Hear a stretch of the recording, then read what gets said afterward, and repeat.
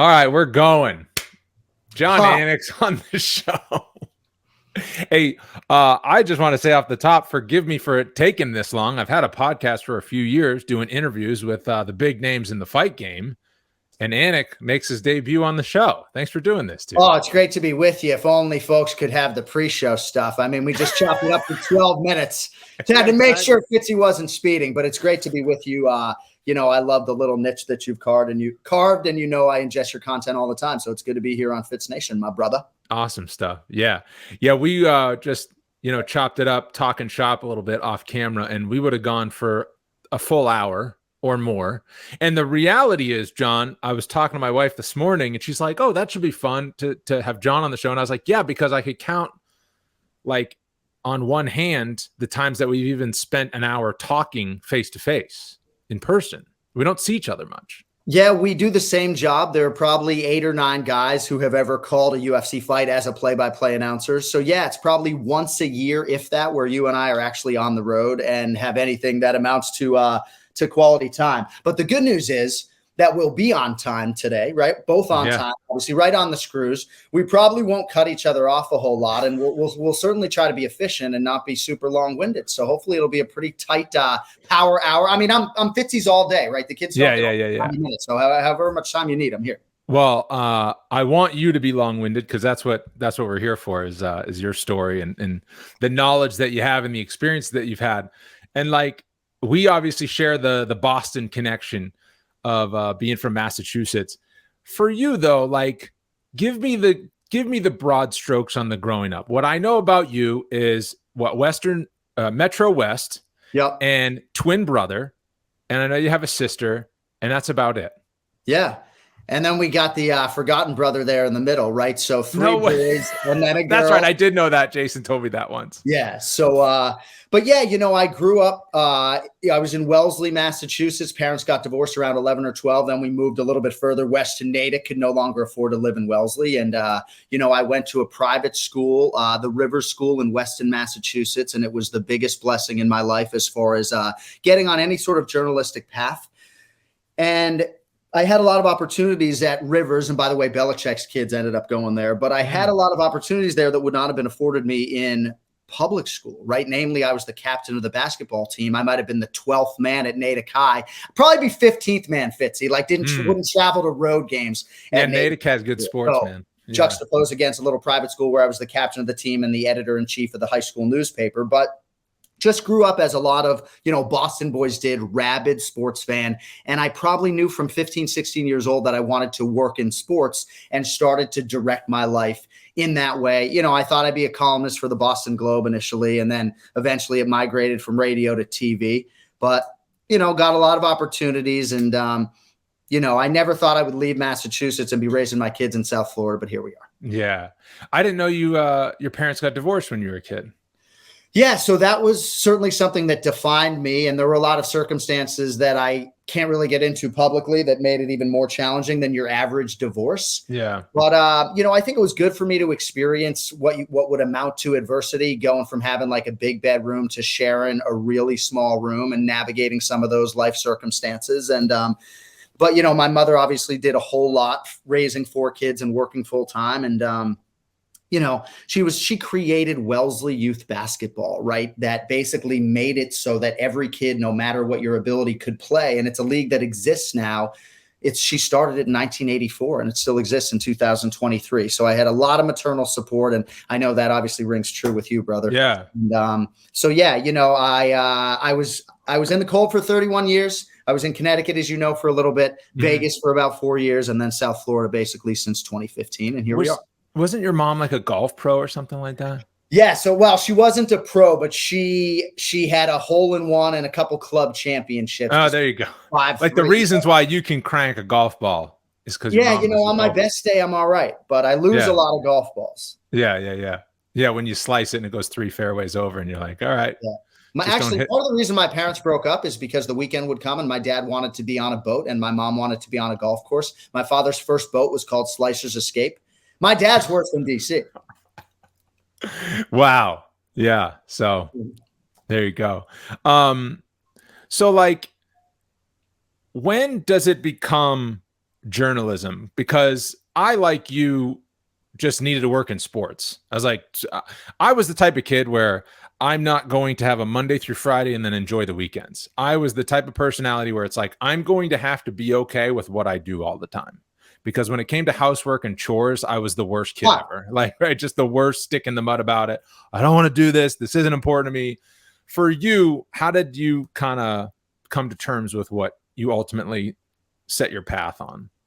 Well, I think I'm still coming to terms with it a lot. And by the way, I know we may get into this. I'm certainly a promoter now and not a journalist, but I still come to terms with the fact that I'm gone 25 weekends a year. And now I'm sort of at a point in my life where a Monday through Friday actually sounds good, because maybe I'm sick of the noise from my 11-year-old daughter that's like, oh, you missed the first 3 soccer games of the season and now I broke my toe and you effectively missed the whole season. So I'm still coming to terms with that, because there is a lot of selfishness in terms of what I have chosen as a career. Never could I have possibly forecast just how selfish it would be when I go to Perth, Western Australia, and I'm gone for 8 days, or back in the day when I go to Adelaide, Australia, and then stay there and go to Manila and I'm gone for 14 or 15.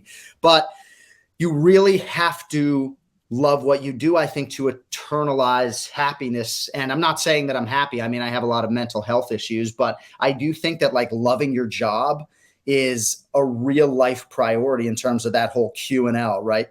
Q of L, quality of life. So for me, I really do love that when I sit down, even if sometimes fighter prep is arduous, I think to myself, I'm watching mixed martial arts and I'm getting paid for it. So what I try to hammer to my 3 kids is, I know you're only 11, 9, and 4, but like if you can somehow find what you're passionate about at a relatively young age, then maybe you can sort of try to direct your life earlier than some people do. And that's what I did at 16. And granted, it took me a long time. I mean, you're obviously a lot younger than me, but I was a fucking idiot when I was 27. And it took me a little bit longer than most, but I did stay on a path where if you work in sports, maybe you'll realize some happiness. So. Yeah.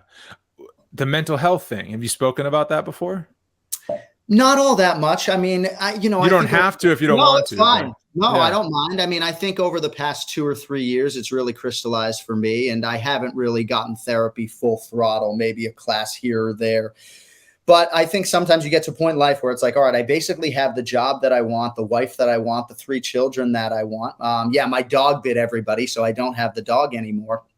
But why am I not happier? Why am I only happy like after I work out, right? And then it sort of fades away the rest of the day. So I think for me, maybe part of that is that I'm inherently that homesick camper that's away 100 nights a year, and maybe sometimes I prioritize a career or a high profile job over my ultimate happiness. But that's kind of where I'm at with it. Some days are better than others. You're catching me where I have an international trip in the can. I'm revitalized by seeing my kids last night and enjoying talking to you. But, in a few days, the anxiety of going to Western Australia starts to creep in. And, that's kind of where I'll be at then. But, it is what it is. The anxiety of just being gone. Yeah. And I don't like not of the job. Like you don't get the anxiety for the job. No. It's being gone. I don't love being on a metal tube for 17 hours and 45 minutes. Yeah, that's a big trip, man. That's the Houston to Sydney leg, the middle of 3 flights, right? Yeah. I find myself Googling like longest commercial airline flight in 2022. It's like 1810. I'm going 1745. But there's a lot of people on our crew, as you know, that absolutely love that and crave that. And that's a big reason why they do this job. Mm-hmm. That's certainly not me. I mean, if you wanted to shut me down domestically, I would absolutely do that. I mean, I love going to Australia and Brazil and places like that. And obviously our fan base in Australia is just so absurd that, I want to be there for them. But the international travel is a huge source of anxiety for me. Yeah. I enjoyed when I start to just steer differently and get on it a little bit. One of the things, though, that I really loved when I started working for the UFC is just like, oh, man, there's people I know and they go to Blacksburg, the ACC, right? So it's like Blacksburg, Virginia, Durham, North Carolina to Miami and back and repeat and whatever. And I'm like, I'm going to Brazil tomorrow. And then in 2 months, I'm going to Liverpool. And then I'll go, and I just thought that was so cool because it was new to me. And now, I don't know, I guess now having 2 kids, it might be different, but I'm the exact opposite. I'm like, can you get me on the road for a weekend here and there? Because the Apex is just, still running rampant. And that's been sort of a unique circumstance for you over the last couple of years that for me, when the UFC fight nights were mine, I've done 27 shows in Brazil. Yeah. I've been to Jaraguá do Sul multiple times. And the nature of your job and my job is such that it really doesn't allow for a lot of recreational time. Now, sometimes I've been criticized for taking the job too seriously, and I don't do the Friday night dinners. And for me, I just can't wrap my head around like 30 fights and all the scripts and everything that we have to do. It just doesn't necessarily dovetail with enjoying the greatest cities in the world. So that's part of the battle for me. And I get to do this stuff, right? I don't have to do this stuff, right? It doesn't register with a complaint, but you're opening the door into me, right? And like, there have been times where I'm crying with Zach Candido and Paul Felder outside in Abu Dhabi, right? And, they sort of saw that side of me a little bit. Why am I crying? I don't know. Certainly not cannabis withdrawal, right? I just think it's the homesick camper just being away from his kids one too many times. So you and I, in terms of, the UFC fight nights, for me, it was so much international that now that has sort of hardened me and maybe made me into the guy I am right now as far as all that's concerned. Yeah. So you wanted to be a writer at first. Yeah, and then I ran into too many Chuck Mindenhalls, and I was like, well, I think maybe I'm a better orator than a writer. My copy's clean, and I'm not trying to denigrate my own writing skills, but I wasn't particularly creative. And but yes, I'm a print journalist. I mean, this right here is the Milford Daily News. If you're watching, my first byline, nice, framed for me by my late stepfather. And what's interesting, Fitzy, I know you're a young man, but covering a Division II boys high school soccer game, St. John's of Shrewsbury, 3-0 over Franklin. But Thursday, September 27th, 2001. So my first byline was 16 days after September 11th. And it was a unique time, obviously, in the world and in my life as a print journalist. You graduated college what year? 2001, May of 2001. Yeah. That's when I was I graduated high school in 2001. So there you go. Yeah. So over 4 years. I'm 40 now, so I'm in the club. Yeah, there you go. You're a man. Don't call me too young. Don't call me too young.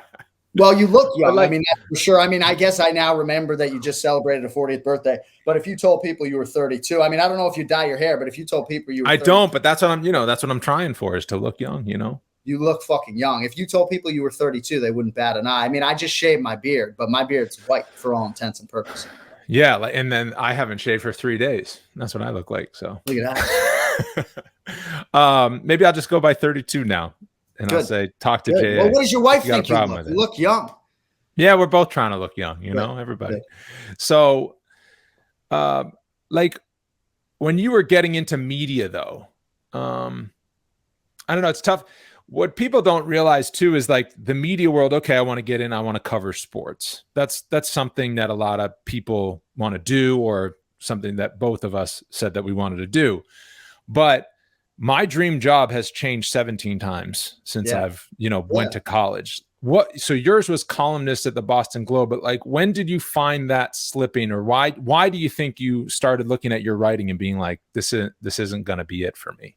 Well, humbly, a lot of it had to do with the fact that when I was in the newsroom at the Metro West Daily News, I did feel like in these sports arguments that we would have that basically sidelined or moonlighted as sports radio shows, that I felt like I could assert myself. And so then I started to point my career in that direction. And I went back to the Connecticut School of Broadcasting, even though I had a 4-year degree in political journalism. And much to the dismay of my father, I took out a $12,000 or $14,000 loan, and I went to the Connecticut School of Broadcasting just so that I could get an internship at Sporting News Radio 1510 The Zone. They wouldn't hire me unless I was getting course credit. And I knew I could get the internship because a guy, Anthony Pepe, who I had worked with at WEEI, was in charge of a lot of things at 1510 The Zone. And I felt like I could get on the radio, and I bet on myself. And it got me on the radio a few years later. The other thing, too, was I was laying out agate pages and doing a lot of things on the print journalism side that I really did not enjoy. Like, I didn't want to be in the newspaper business. And I'm looking over at, the legendary Lenny Magliola and thinking, how long is it going to take me to be a columnist?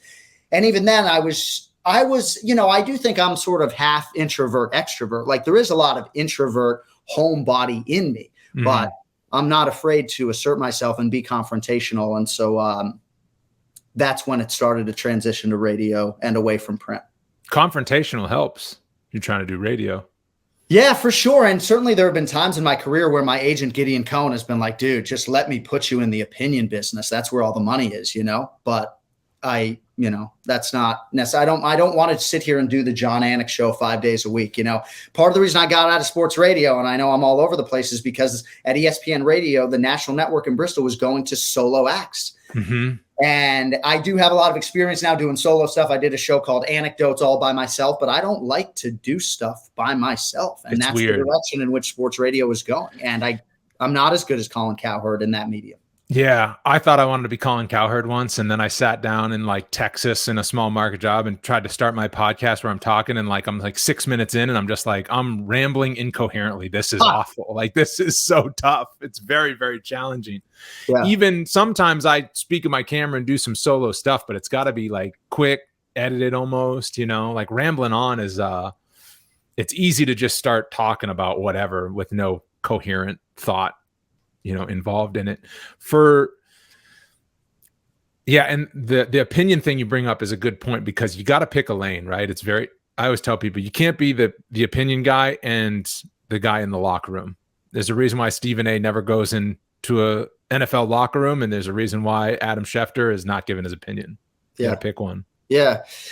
This is a tough thing, right? And for you and me, it is tough. And in mixed martial arts, maybe the line is a little bit more blurred between play-by-play announcer and analyst than it is in other sports, right? Yeah. And certainly as I get older and closer to my 50s, maybe I have a little bit more space to be analytical or opinionated on a broadcast when I feel like something needs to be said. But oftentimes I'm sharing shuttle buses with judges, referees, and coaches, and even in Brazil, I have confrontations, for lack of a better word, with coaches who want to be put over or take issue with something that is said. So even the day after the fight, when I go out to a restaurant with Bruce Buffer and he wants to, go be Mr. Congeniality with all the judges and referees, it's like, I can't go over there the day after the fight, right? Like, I need a little bit of separation from those individuals, some of whom I've had to publicly criticize. So yeah, there's also a podcast angle that we've talked about off the air for me with this, right? Maybe at times in an opinion world, I'm trying to walk right up to the line and not cross it, right? Thank God Craig Borsari doesn't listen to the Etiquette and Florian podcast maybe as much as the Joe Rogan Experience, right? But there are times where I feel like I have to get something off my chest, and I feel like that's important for me. And the podcast obviously gives me that vehicle. But for you and me, I think we have to be focused on, being on that side of the line to make sure that we keep our jobs. Why do you think it's important for you to get things off your chest like that? Well, it's not because I'll say you seem to be more vocal than me, just because sometimes I have thoughts and whatever, and I'm just like, I'll just put it away. It's not my thing. But it seems to be more important to you. And I just wonder if why that is. Well, it's not that I'm on some pedestal that I think my voice is so important in the sport that my opinion has to be said, but to whatever degree I have a following, and there are a lot of things in our sport that I feel like need to be addressed, right? Whether it's the stoppage in the Glover Teixeira fight or lack thereof, or other things. I also think for me, it's therapy. It's therapeutic after a big show to be able to address some of these things. Mm-hmm. And that's how the podcast started in 2015.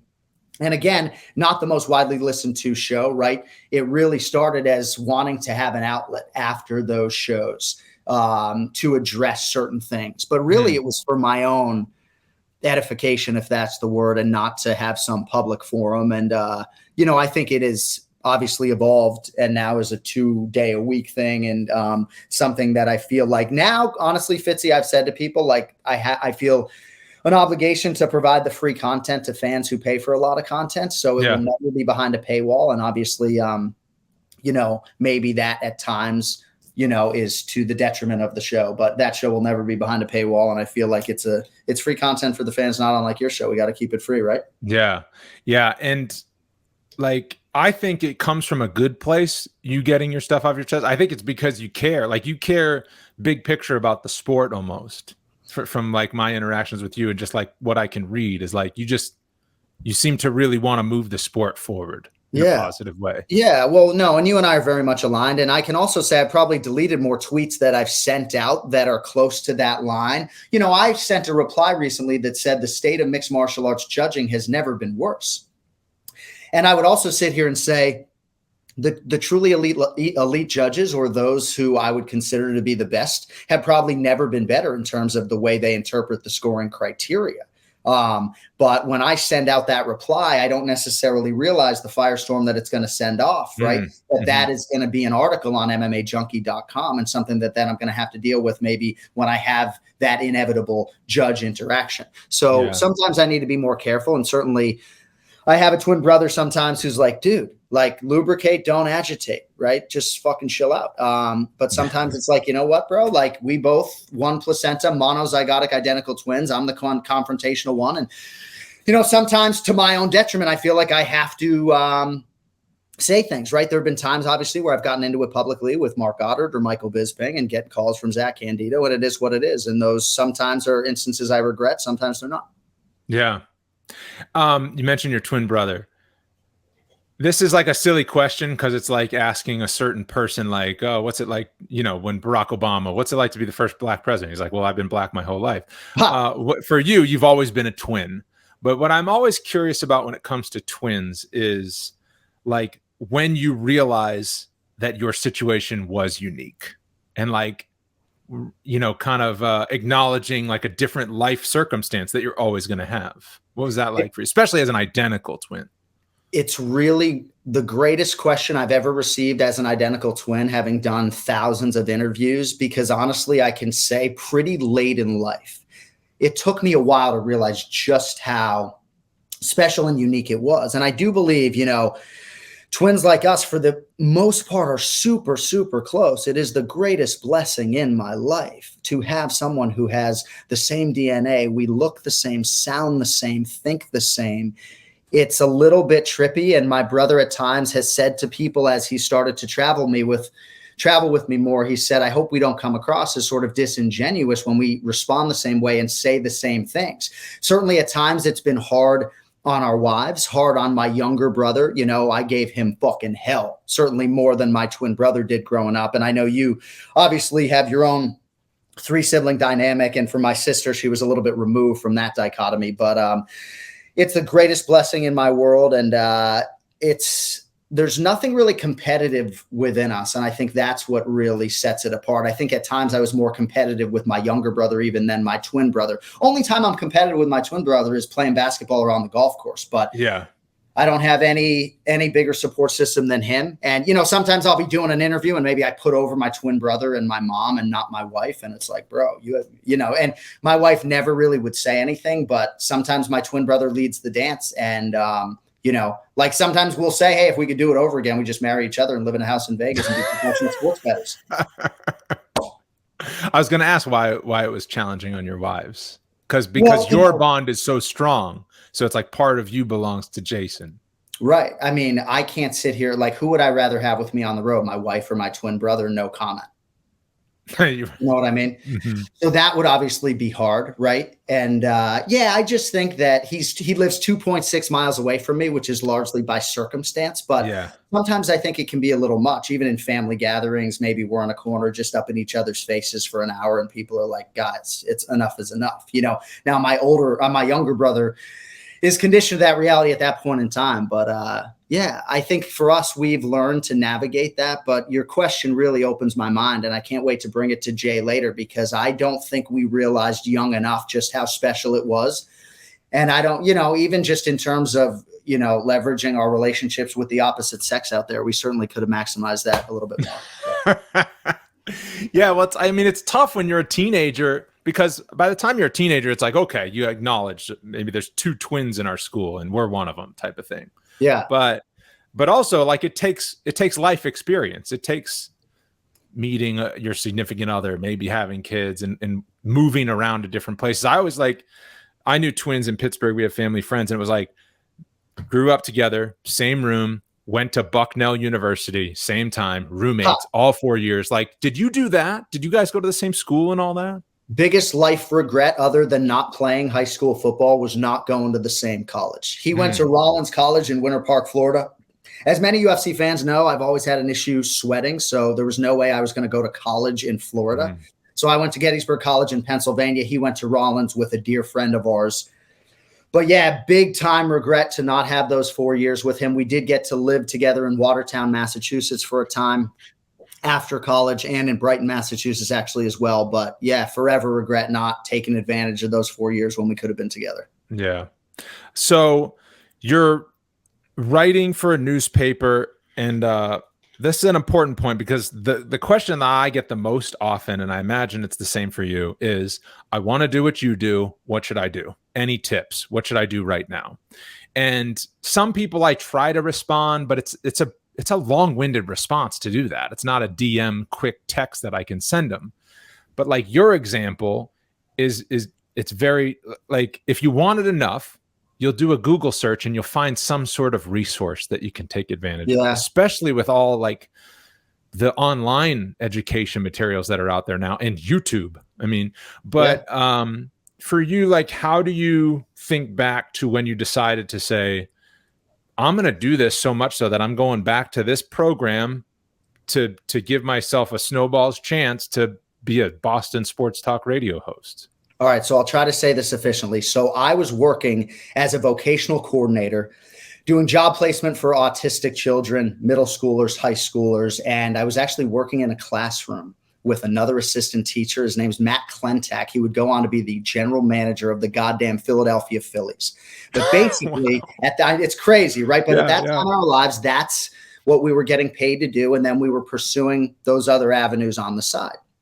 And I would go home every day and smoke a bowl and write demos or write cover letters and send out demo tapes all over the country. I never got a bite in some of those remote places that you went on television. Audio, right? You did what? Demo audio? Yes, but that's literally all I would do, is just send demo tapes all over the place. And lo and behold, in part because I had a connection, but the only bite I ever got was from ESPN Radio in Bristol, Connecticut, right? But I just never stopped at that. And I did it for a long time. I mean, I want to say like 12 months where that was just my routine, where I would go home and eat food that was bad for me and just send out demo tapes all the time. And I don't know, eventually I was able to get a bite, you know. And then the other thing, obviously, I talk about is content creation in this day and age, because you can sit here and say, oh, play-by-play voice for the UFC, you know, every single YouTube comment is, why don't more people watch or listen to your podcast? And it's like, well, I'm focused on the content, right? And ultimately trying to get my staff paid. But if you focus on whatever it is you want to do and getting repetitions in that area, and then spend your recreational time, not necessarily on social media, but sending out demo tapes and doing things to direct that initiative, I do think eventually something will pop. Now, there is value to being on social media, cultivating relationships. Even for my twin brother trying to get into the MMA space for whatever degree, Jamal Hill ain't just going to be his boy and follow him back, right? It takes time to cultivate that relationship. So there's a lot of different ways to attack it, but I do think that the stuff that we all can control individually and maximizing every hour in the day, more often than not, people aren't doing that. And I was doing that even in 2003, even if I was stoned. I didn't know that you did the demo thing to all corners of the country, because you never really had to leave New England. Right. Yes. And candidly, like a lot of the, at least audio stuff that I was sending wasn't even necessarily stuff that ever was on the air. Right. I mean, sports updates and things like that. But I was sending writing samples. I mean, I wrote a column for 1510thezone.com for $0, right? Just to try to make things happen. And dude, I remember calling my dad in 2003, and I was like, dude, my rent was $600 in Newton, Massachusetts, right? And it's 2003, right? So it's 20 years ago now, but not that long ago. And I was like, dude, I can't pay the $600. He's like, I don't know what to tell you. Let me see if I have a savings bond from your fucking bar mitzvah, you know, but I don't know what to tell you, you know? And, you know, but thankfully I was able to catch a break or two. And, you know, I was very lucky, you know, at times bet more lucky than good. Did you think it wouldn't happen? I remember, so like my story was, out of college, I moved because I met my wife here in Vegas. And so I moved out with her, and I was working at Sportsbook. So I'm putting on the uniform to go write tickets at a Sportsbook. And I'm just like cursing the world. I'm sending out, you know, VHS tapes, right? Because I was right on the cusp of physical analog media that needed to be sent. And then like a few years later, it was like, send an email to anybody with your YouTube link. But you know, $5 a pop, because I got to send out this VHS tape, which turned to a DVD. Yeah. And I'm just like half the time walking to work, like just mopey all the time. Just like, when is this going to happen? Trying to enjoy life in the middle of it. But just like, is this going to happen? I know I could do it, but you need your foot in the door first, you know?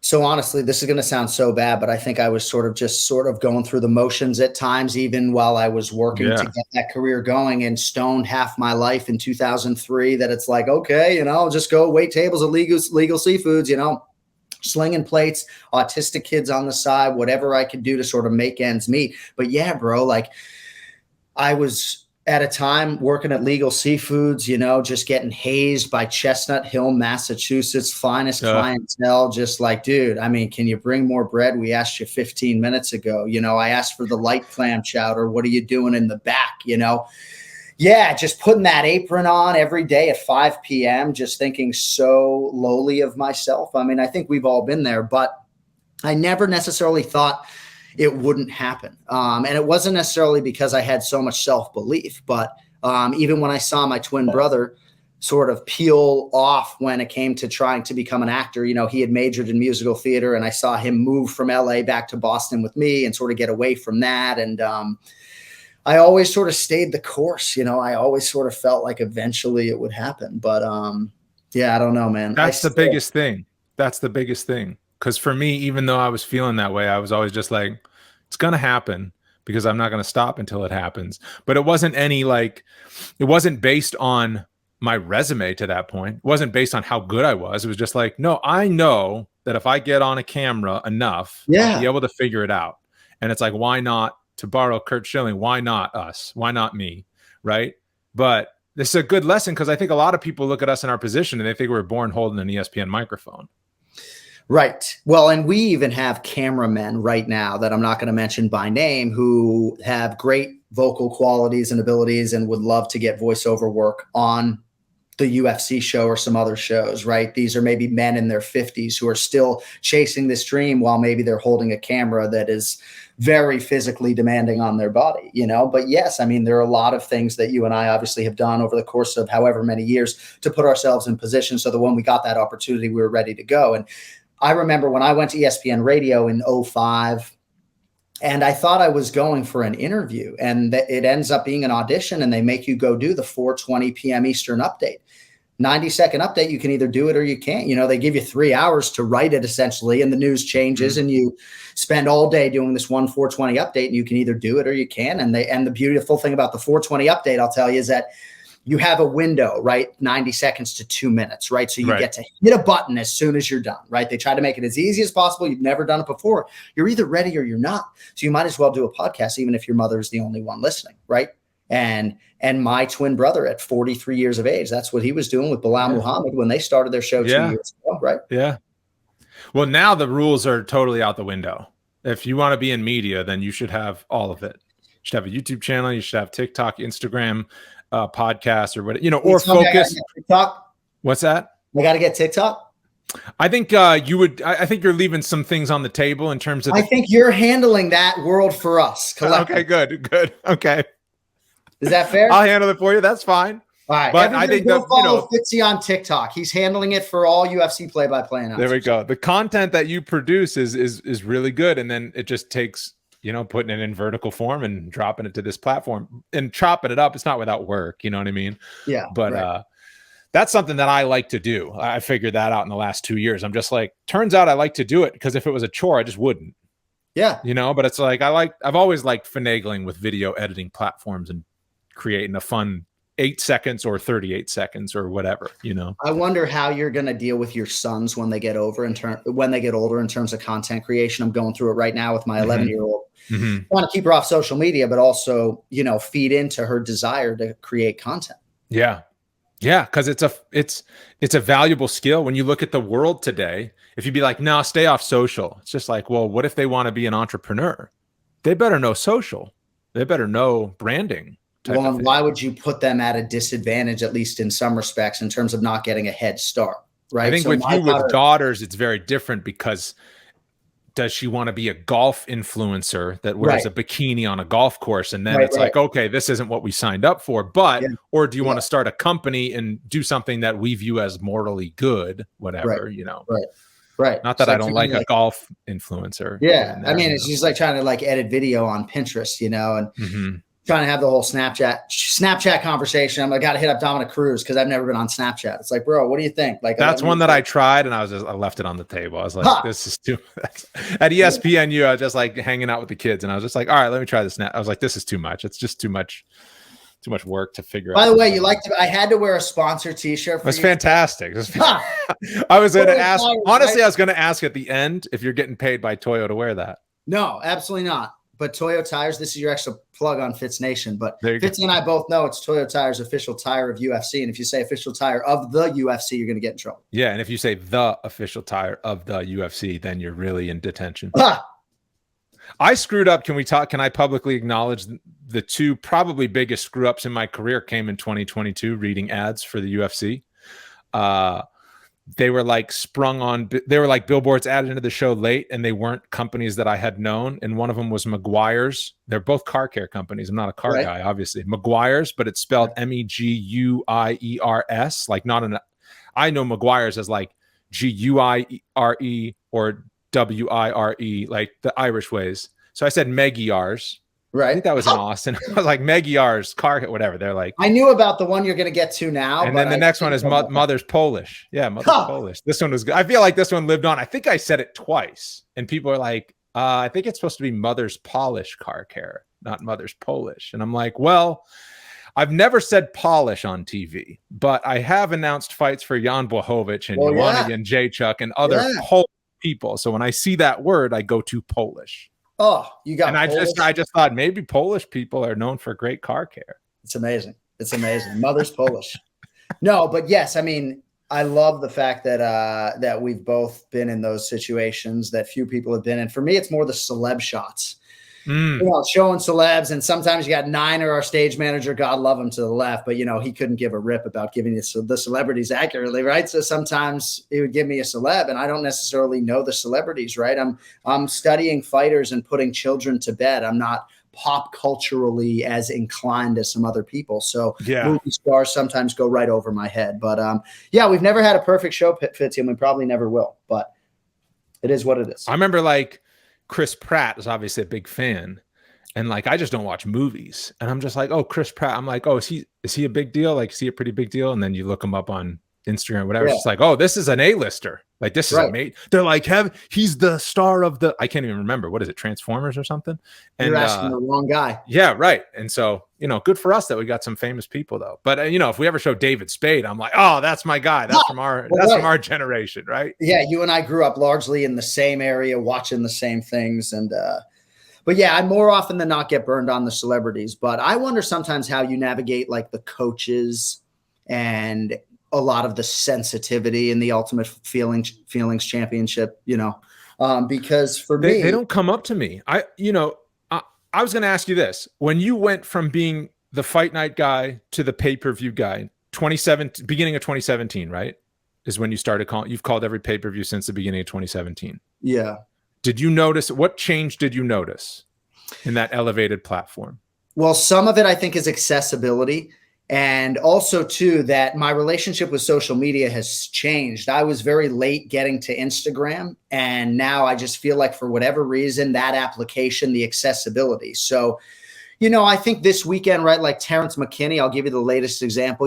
That team was sort of put off by the fact that I mentioned Rick Little's name on the UFC 283 weigh-in show. Mm-hmm. I said Rick Little had said that Terrence McKinney is the most talented guy to ever walk into that gym. And he said that. And without putting over the new team Warrior Camp and the coach Pablo Alfonso. So I made sure to write that wrong on the broadcast. But sometimes that's a tricky navigation. And, I was able to see Pablo in person, and we were able to acknowledge him on the broadcast. But no, I just think sometimes there's some of that. And I've had some coaches, randomly come up to me and, hey, sorry, your guy didn't win tonight. And it's like, I'm not rooting for the other guy, bro. It is what it is. These instances have been fewer and far between. And, there have been times in the past, Jeff Curran, Diego Sanchez, guys that I've nipped it in the bud with certain fighters, had very good, public back and forth with guys like Randy Brown or Phil Rowe if I get something wrong. But I obviously, if I feel like there's reason to apologize,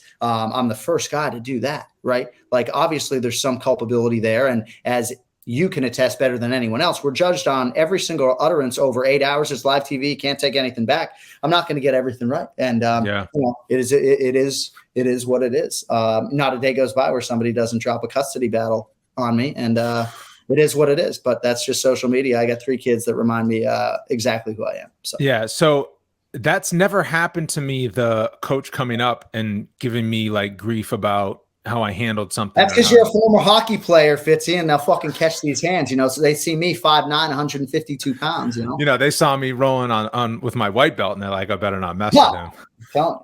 No, I think a lot of it has to do with time in the market. You've been around for 10 years, so they feel like they know you better.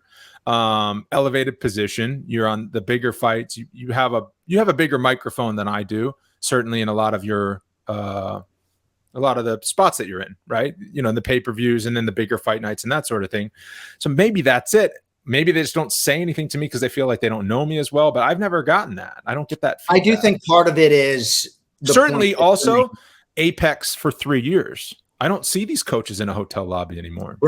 Right. And that's a whole different conversation. I mean, you and I could literally sit here for 4 hours if we had the right liquids and talk about all these different dynamics, right? Yeah. I want to stay at the host hotel, whether it's 3 or 4 stars. That's something I miss. I've said that. I'm just like, that's something that I really miss with Apex events is separation and not stories. You get a coffee, you see a coach, talk to him for 20 minutes. That is like so much, so valuable. But does it not go both ways, right? Because sometimes, and there are fans too, and that's a different navigation, but sometimes you just want to get a cup of coffee, and it's not like I'm in my room dicking around, I'm prepping, right? So I've had my twin brother even travel with me at times to help maybe go get my Uber Eats or things like that. Right? Dude, he should shave his head and just be you.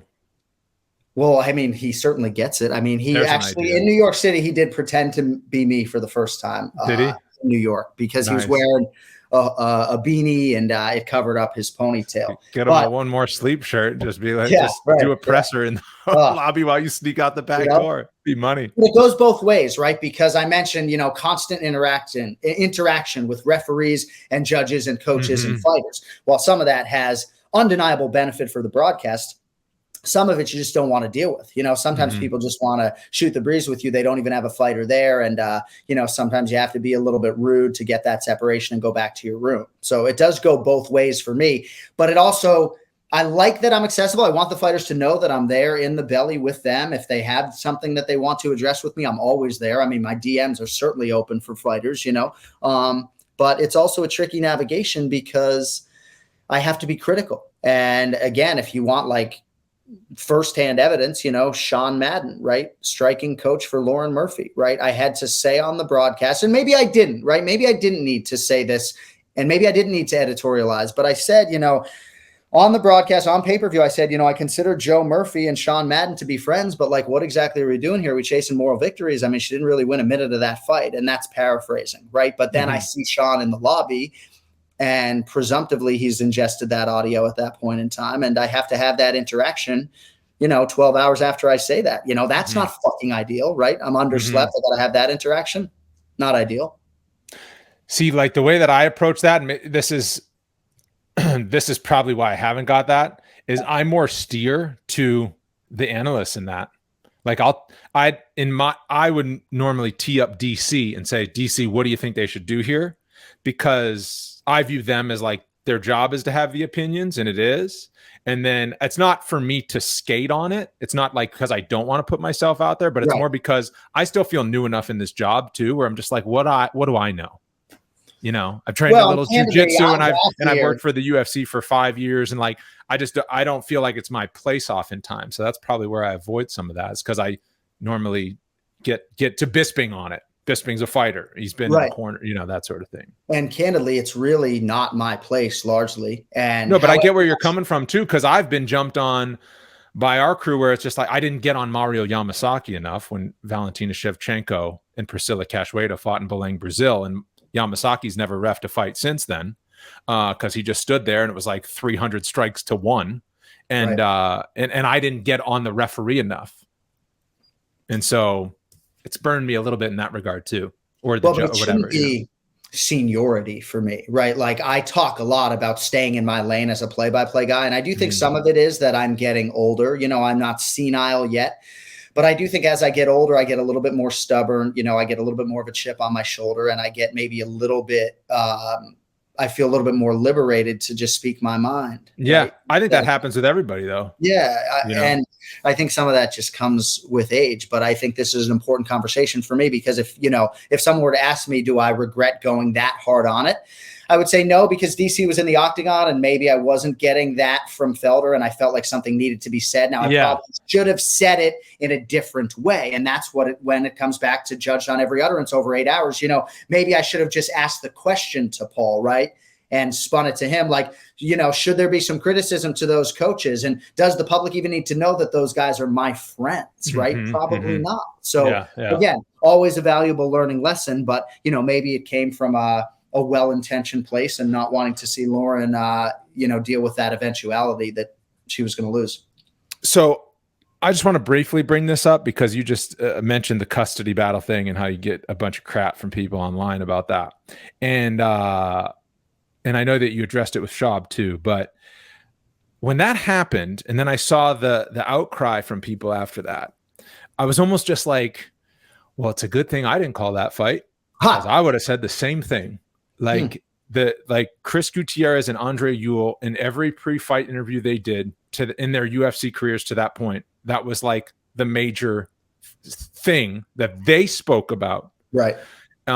As to why it was important for them to achieve as high as they could, is the custody battles they were going through, to have their children be in their lives with their partner, their former partner that wasn't in their lives anymore, that was keeping them from that.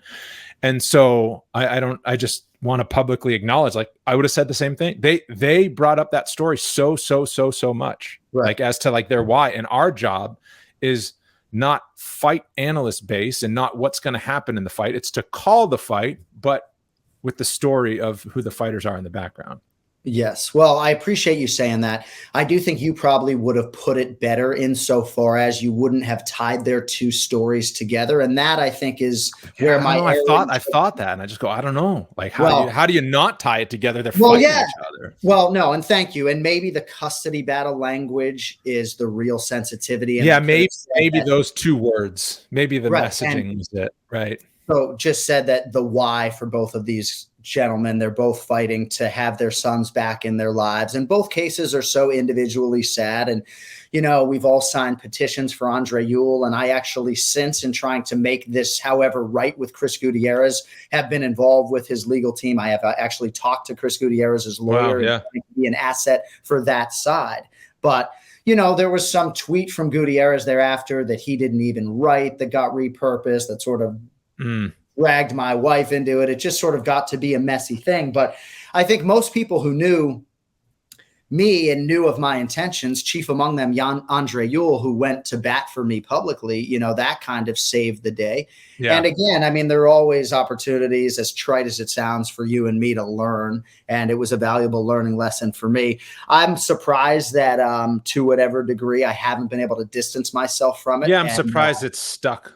But again, it's when you know who you are and you don't really have a bunch of skeletons in your closet, right? When you're publicly criticized of cheating on your wife in 2017 and you haven't done it, it's like, all right, we're good. It's 2018, honey. No, but I mean, yeah. So, oh gosh. But I appreciate you saying that, because ultimately it's like when you're a father who has custody of children, like father's rights is like the biggest issue for me. It really is. And I try to be philanthropic, but if I ever was to, start a non-children's charity, it would be about fathers' rights, because my first cousin has had his whole life ruined. And so it's a very important issue, and a very important issue for me. And sometimes, depending on what state you're in, under whatever jurisdiction and court system and whatever the history has been in that state, you can just get absolutely hosed as a father. So I'm not saying that, I know both sides of the story necessarily when it comes to the other Ewell and Gutierrez, but both of those guys have done so much good, and so much bad is being done to them as far as I'm concerned. So, yeah, well said. Moving on. So you get into ESPN and you're doing radio updates, right? What do you remember as a lesson earlier in your career that you still think on today? I treated every single sports radio update like it was a piece of gold that I was sort of hiding from somebody. I don't know. For me, like, I feel like whatever amount of natural talent I had, most of my success has been rooted in hard work. And I just treated every shift with the utmost importance, and every single update, right? I wanted to have fresh verbs and fresh copy. And there's so many different verbs you can use when you're doing a baseball scoreboard, as you know, and tattooed the Phillies 8-5, whatever the fuck, to make it creative, to make it great. And I never wanted to do television. All I wanted to do was get then from being an ESPN radio update announcer to being a host. Never in my worst nightmare did I realize they were going to go to solo acts when I finally got my shot, right? And I would be, intimidated at the prospects of doing a solo show by myself for 4 hours. But yeah, I mean, I really just treat every UFC fight night on G4 or Fuel TV like a pay-per-view. And I'm not sure that philosophy will ever change. Yeah. The writing aspect of it, you mean? Yes. I mean, in addition to the prep, obviously, but the writing. Yeah, and certainly there have been times, like even this weekend, when it came to the Jamal Hill, Glover Teixeira arrivals, right?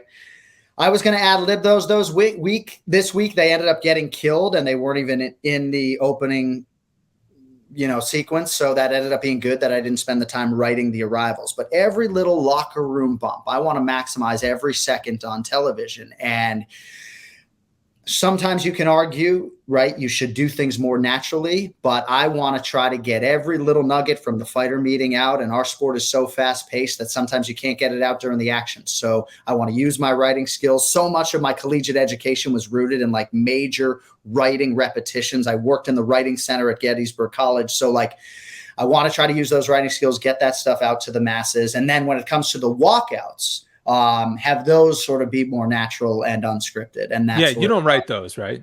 Never have scripted a walkout, not since Bellator season 1 in 2009. Yeah. I don't know if I did it like one time, like not in my audition. I don't think I did either. I don't want those to be written, to be canned. I will tell you, when Daniel Cormier started, he would come to my room and we would rehearse the walks because that made him feel a little bit more comfortable. Yeah. Now I can't get him to text me back. No, I'm just kidding. But, we used to really rehearse a lot. Well, the analyst too, when an analyst kind of is breaking in, some just flow with it. And then others they really want to be buttoned up because it's very out of their realm and they're so masterful in what they're good at. And you just go, yeah, you know how you've been in a wrestling room since you were 5 years old? Just talk about it. Yeah. But, it doesn't come across that way because some of them aren't good. Like Emmett Smith. Did you ever get to work with Brian Stan? No, I never did. Oh, he left in 2017 was his last show, and that's the year that I called Contender Series. All right, I felt like it was pretty close. He did Grisham. He did shows with maybe 3 or 4 with Grisham, Todd Grisham, who did that year a little bit. Fight nights. Yeah. No, I only bring up Brian Stan because I think there's a lot of different approaches that you could employ as an analyst to be successful, but. For me, when I was cutting my teeth as a play-by-play guy, obviously Kenny Florian was the guy that I worked with. Jason Chambers in 2009, Bellator season 1, but then Kenny Florian was my first UFC broadcast partner, and then Brian Stan. I probably worked with 15 to 20 combinations at this point in time. But when you work with a decorated Marine like Brian Stan, the greatest leader that I have ever met as a play-by-play man, I think this is a broad generalization, but like your play-by-play guy should at the very least be prepping as much as the former professional athlete, if not more so. Now, we could sit here, maybe Troy Aikman prepares more than Joe Buck, all over the place, right? But like Brian Stan was like out preparing me by like 25%. And it's like, Jesus, man, how do I keep up with this guy? So he was a great influence on me early on when it came to like my UFC work ethic and how to prepare, because this dude, every single hour that he wasn't, doing chin-ups, he was prepping fighters. Yeah. So Stan, like I met in Vegas 2018, I think he came out or whatever. I remember being at a dinner with him, but like when I started, it's when we started doing fighter meetings. Like we didn't do fighter meetings before I was there, but fighter meetings were something. And I don't know if it was because like, let's help the guy who doesn't really know the new whatever. But I remember Brian Stan being like, oh, nice. You guys get the fighters just trotted to you every week type of thing. It's like I had to get phone numbers and then call them on and take my notes and whatever. It was a more arduous thing, which speaks to how young the sport is still. Like we're still figuring out the new wrinkles that makes it all efficient and the best product on TV. Yeah, when I showed up in 2011, there was no pronunciation guide. I remember Yeah. emailing Craig Borsari, predating Zach Candido's arrival by maybe a couple months, being like, hey, do we have like a pronunciation guide, or are we just going like Stipe Miocic for Stipe? Yeah. Yeah. And if you do go to UFC Fight Pass, he was Stipe Miocic back in the day. But it was an evolutionary process. Yeah. And I would come back to Brian Stam, but no sooner did that dude get the job, he was calling every single fighter on the entire card. And so then as the play-by-play guy, I had to figure out a way to do that. And I actually found that to be pretty efficient, albeit I hated those days. But I would essentially have a window, right? The fighters would arrive and they would all call me. I would get 3 or 4 minutes. Yeah, I did have that too. Yeah. Fighters. Yeah. But now with 30 fighters, that's obviously not feasible. We only sit down with half the card. But yes, getting that face-to-face interaction is of tremendous value. And now there's so much out there with the media days. Everything has sort of been ratcheted up. And obviously I'm doing the higher profile shows now. So most of these fighters, there's tremendous accessibility. But yeah, there was a time when you were chasing information and there was not a lot of it. Where do you think you built a lot of skills? Because for me, going to Wyoming is looked at as like, okay, nobody wants to go to Wyoming to cover rodeos. But I was told like early in my career by somebody who worked in Boston, they were just like, this is going to help you so much. Like you're going to the middle of cowboy country. You're a yuppie from Cape Cod, pro sports guy. Now all of a sudden you got to fit in there. You got to cover these crazy things that you know nothing about. Then you got to go on TV and you got to kind of be a part of that community. So then people go, oh man, was it really tough to go from like ESPNU to like UFC? I'm just like, dude, I covered high school rodeos when I was like a baseball, football guy, hockey guy. So it was like nothing became daunting. What do you attribute to the fact that you were able to like take these steps up and grow with it and be okay with it because of what you learned along the way? Well, you really do ask the most thoughtful questions. I would start by saying I had to do so much writing that it helped me immeasurably when it came to writing for television. My senior thesis, How the Media Undermines American Democracy, I was too stoned to even know what those 50 pages actually entailed when I actually presented it and turned it in. But it was tremendous for me in terms of skill development. And I also took that writing for television class. But the number one thing that helped me was doing highlights for ESPN.com, right? I only hosted on ESPN News, Sports Center, or Game Night, or whatever it was, a handful of times, right? But I worked for ESPN Digital Media on TV. I worked for ESPN.com, and those highlights had to be clean because they would withstand the test of time. They would never be killed. I mean, you could probably still find college football highlights that I did, 20 years ago. So having to do a halftime highlight for Georgia versus LSU and get it out cleanly over 90 seconds. And I'm literally the one pressing spacebar Control L to record it and then send it off, right? And there'd be days where I would do 35, 40 highlights, and those would have to be clean because they would be on ESPN.com. So you'd get 45 seconds in. If you would flub, you'd have to start at the beginning. Yep. And my late, great boss, Anthony Mormile, may he rest in peace, is right outside the door listening to every one that I screw up. So that was the most amazing skill development for me. And I think the fast-paced nature of that environment really helped me when it came to calling a sport like mixed martial arts. But yeah, that was very, very daunting. And as you know, ESPN oftentimes will have the play-by-play guy or the host and not the analyst talk through the highlight. If you see the ESPN pay-per-view post-fight shows, it's Ashley Brewer who's doing the highlight, or Michael Leaves. It's not necessarily, Anthony Smith. So I developed a lot of skills then. Yeah. I forgot that ESPN.com did that. I knew people that did that too. It's just like, oh, they work for ESPN or whatever. And it's like, they want to be on air. And it's like, you're not on air, but you're on digital air and it's just your voice. But that's big time skill building.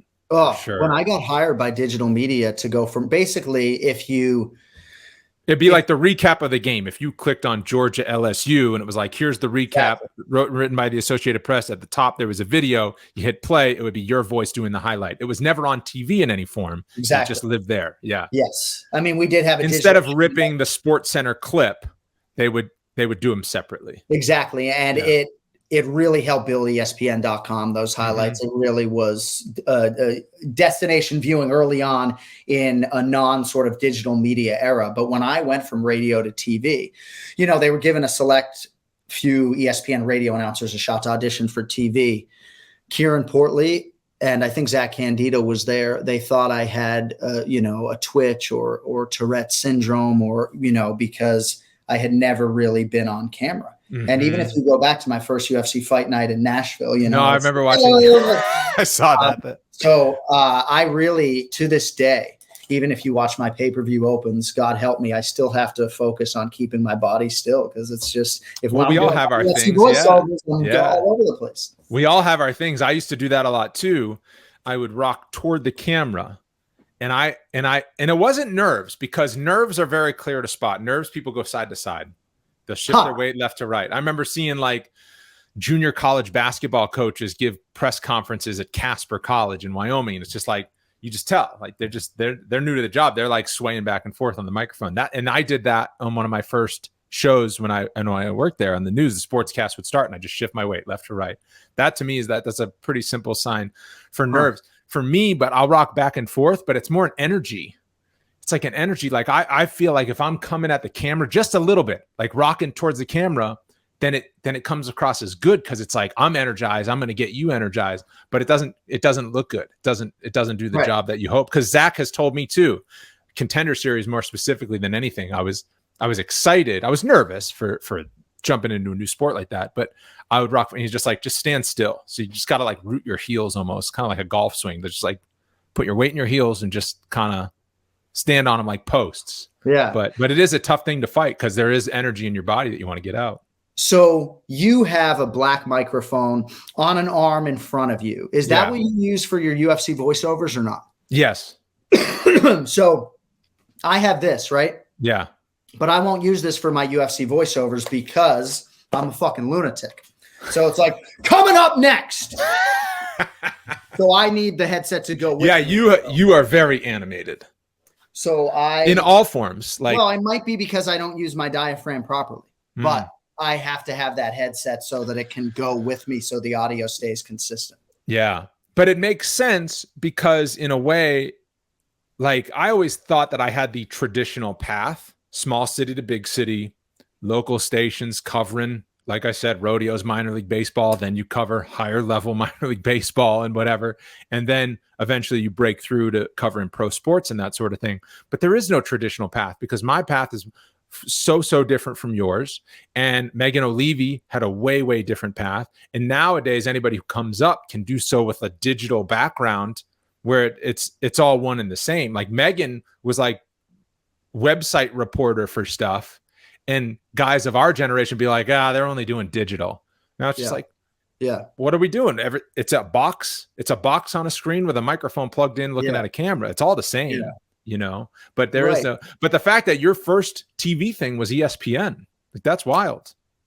Yeah. I mean, I did some random internships at New England Cable News, and I couldn't white balance the camera. They're sending me out, I'm not very skilled. I don't have like all these myriad skills. Right. So, gosh. There were a couple. Yes. I mean, obviously I was very fortunate that once I got to Bristol, Connecticut, humbly Pete Saccone and others in that building, like recognized my ability and gave me a lot of high profile opportunities on ESPN radio. And, I did that's why I talk about having good fortune. But, I also had a lot of good influences like Ryan Russillo, who I got to be on the radio with. And we knew, even though people weren't listening to us the way they were listening to WEEI, that we had a great show and that our content was really good. But sometimes I wonder about traditional education and how much a college degree matters. Someone like me had to go back to get the career training at the Connecticut School of Broadcasting. Megan O'Leary had a master's degree, which she's been able to use to whatever degree of success. You just don't necessarily know. And for me, like I went back and taught at the Connecticut School of Broadcasting. And I almost did that. When I got laid off at ESPNU. I was just like, I'll go teach them. Yeah. I mean, I think that's probably what I have enjoyed the most. Yeah. Really, if you want to know. I mean, I guess for me, the greatest career satisfaction I probably had was when the first autistic teenager that I got a job, right? Mm-hmm. Because we had failed in a lot of respects trying to get somebody with a unique set of skills a job. So that was like the greatest career triumph I probably ever had. But next to this byline over here for the fucking Milford Daily News. But yeah, man, it's interesting sort of, that I didn't necessarily have to go to Wyoming. Yeah. Part of it's because I never want to do TV. So with radio, you didn't necessarily, And that's what I always thought I wanted to do radio, just like you, because the Boston sports talk guys were the gods, right? Yeah. Because like being Steve Burton or Mike Lynch sounded cool, but they did highlights 3-4 minutes at a time. Yeah. And then that was kind of it. But like, Dennis and Callahan were on for 4 hours chopping it up every morning. So I would just look at it and be like, I could work a full day and be on the news for 3 minutes, or I could just show up and spout off opinion and laugh and have fun and be on for 4 hours. That was my dream job. But then as you go through college, I went through college, and as I got to be like a junior and senior, I'm like, nah, I kind of want to I want to be a Sports Center anchor. Like I want to go that path, always thinking that the end goal would be to be a Colin Cowherd on the other side. And then like I dipped my toe in that water and I was like, I don't like this anymore. I'm just going to be a straight TV guy. So interesting. I thought I wanted to be a Sports Center anchor until I got there, and I was like, all right, top of the fifth inning, let me take you to Oakland. Royals and A's. Doing that every night, being a highlight machine, I did not enjoy it. Yeah, that's what I was for a long time, was a highlight machine. What was your shift from when you got onto TV and then ultimately you end up in play-by-play? But what do you remember being the shifts of like, okay, now I'm a TV guy, and then like finding something that you really loved? Because that changes. As I said at the top, 17 different dream jobs at this point in my career. I'll probably have another 10 or 12 more before I'm done. Yeah. So I was hosting the Mouthpiece Boxing radio show when I was at 1510 The Zone, and we were covering a lot of HBO pay-per-views, and I was getting a chance to dabble in combat sports. And because I had a boxing background, and I was one of the few guys at ESPN who had any sort of combat sports background. I mean, literally at the time, it was me and Brian Kenny under that roof. Yeah. And he was limited in what he could do. And even Stuart Scott, right? Those guys were high profile. They weren't going to necessarily call boxing from the Philippines for ESPN digital media. Right. So I got a chance to do some boxing, but it was covering live events and getting to do some play-by-play. I just felt like my skills were best served to do play-by-play. So that's when like everything changed. Mm-hmm. And my focus became play-by-play, even getting one college football game per season. It was like, this is what I'm best at. I knew that that's what I was best at, that I was much better. Like Stuart Scott was a big influence on me. I never thought I could ever do Sports Center as well as that guy. I never thought I could do solo radio as well as Colin Cowherd, but I felt like I could do play-by-play. I just wasn't getting the opportunity. And in 2009, 3 weeks before Bellator 1, I'm hosting MMA Live at ESPN, and I get a random call. I pick up. It's fucking Bjorn Rebney offering me the play-by-play job for Bellator Season 1. And, my ESPN job was sort of threatened before I got the chance to do Season 2, because that was going to be on Versus, so I would have had to make a choice. And candidly, at that time, I know I'm getting long-winded. Like, if my family didn't intervene, I would have been gone all in on Bellator. I wanted to call live events. I didn't want to stay at ESPN, but my family encouraged me to sign a new 3 or 2 year deal at ESPN. I stayed there, and then the UFC job materialized 2 years later. So play-by-play is the most fun you can have in broadcasting. To me, I say to my daughter Riley all the time, like, babe, I could sit here and do the Jon Anik show Monday through Friday and support the family, right? But do you think that's as fun for daddy, or as rewarding as going to Rio de Janeiro and calling a live sporting event, right? She's old enough where I can now have those conversations. And I can assure you that I'm not going to be able to do this forever. Like Zach Candido laughs when I say, you ain't going to see me when I'm 60, but I think I'll get the last laugh. My ego's not going to keep me around, but it is hard to scratch that itch, at home. Yeah. So at ESPNU, I was a highlight machine. It was halftime shows. It was recap shows, Sports Center U. It was pure highlights, really. And then some talk show with an analyst. But I called 4 college basketball games right before I was let go that season. Remy for all of them. So I'm in a booth, not even going to the game. Even still, I was like, this is way better. And I wasn't a play-by-play guy, so the play-by-play guys didn't like it. Now all of a sudden they're sitting in a video booth in Charlotte, North Carolina, instead of being at Baylor or at Texas Tech calling a Big 12 game. Right. And I'm in the video booth calling live action instead of being down the hall in the studio waiting for halftime, do 5 highlights, send you to commercial break 3 times, and then we'll be back in Lubbock after this. And I just go, this is way better. I'm calling the action. This game went to overtime. Like, this was a ranked team getting upset. And I was definitely going to angle towards more play-by-play because it was more fun. Plus, the business was changing. Less and less people are watching studio programming. More and more people are watching live events. And got laid off and got the chance to call fights. And I'm just like, good, I'm in live events because the world is going to live events. People want to watch what's happening. They don't always want to watch the preview of what's going to happen or the recap of what just happened. And I always tell people that, like, when you're calling an event, you're talking about what's going on right in front of you. When you're in a studio, it means you're either talking about something that hasn't happened yet or something already happened. Right. And there's just way less energy to that. Well, and it's shoulder programming, right? People can do without it. It's on the shoulder of what actually matters. And I even remember, like, the first high profile opportunity I got was to call the WBC heavyweight championship between Vitaly Klitschko and Shannon Briggs. It was going to air tape delay on ESPN because Brian Kenny didn't maybe want to do it. Right. Yeah. I'm thinking I'm going to Germany, and they're like, oh no, you're going up to the third floor, Yeah, it's crazy. Yeah. The Remy booth. I mean, I'm glad that we're always Octagon side. We'll see whatever the future entails for that. But there's more and more college football going to Remy booth. I just have to say, the one time I filled in for you on Dana White's Contender Series is the only time I've called a UFC fight not on the Octagon. Yeah. And I was like, what are we doing up here? I know I'm sweating. What else are we doing in this little booth, It was a unique setup. But now we're Octagon side for that, which is good. It was weird because we're in the same building, but the first season when we launched with that, we were in the old tough control room. I'm standing in a control room next to Felder. But I understood that. It was there's 80 people in there, and then we would have been, right next to the Octagon calling the action. But I am glad that we're down. We're down now. We figured it out in terms of like how it works and the benefits of it. But it is weird. Couldn't see the cuts that well. You'd be like, I think the guy's cut over his right eye, but there's a big TV light in my face, and I'm trying to look into this small monitor. Well, I mean, you can speak to this, but depending on the nature of your broadcast, the profile of your broadcast, the sport, football, basketball, you may be very far from the action. And I've only worked with a spotter doing football a handful of times, but depending on where your broadcast booth, calling college football can be a real pain in the ass, Yeah.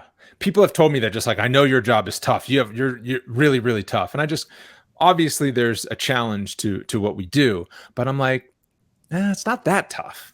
Like, the biggest challenge for us, and perhaps you don't feel this quite the way I do with respect, is because of the nature of the pay-per-views with no commercials and us.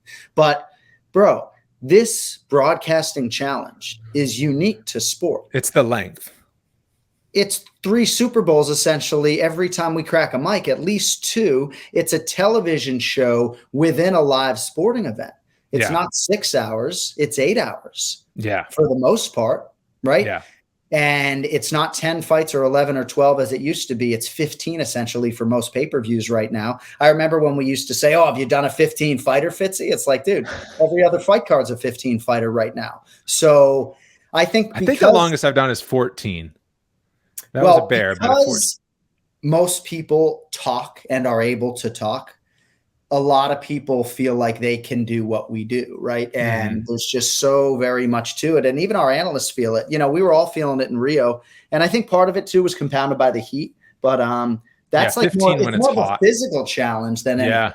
Yeah, I agree. I started taking care of myself more doing this job because you need to. Like, even now at the Apex, which is as easy as it gets from our point of view, like, show starts at 1, we're off the air by 7. It's 6 hours. It's a fight night, and I'm back in my own bed. I'm still toast on Sunday. I'm dead on Sundays. Yeah. I mean, you don't even need anything to be compounded by jet lag with this job to be absolute toast, Yeah. Wow. But in terms of the challenge of it, I'm just like, no, it's like, it's Bonfim against McKinney. We're good here. Right. And I think too, and like, I know that I could do it because I did it for basketball and then hockey. Like, I know I would love it. But like, calling an NHL game, I'm like changing on the fly, and you're up on 9th floor press row, and there's like, you better know number 7 on the Blue Jackets, or else, like, you're going to be lost. And by the way, the puck has changed hands 17 times. Like, that's a different skill too, We've talked about this. And by the way, Florida Panthers, home to the Boston Bruins. I'll be there with my kids this Saturday. There we go.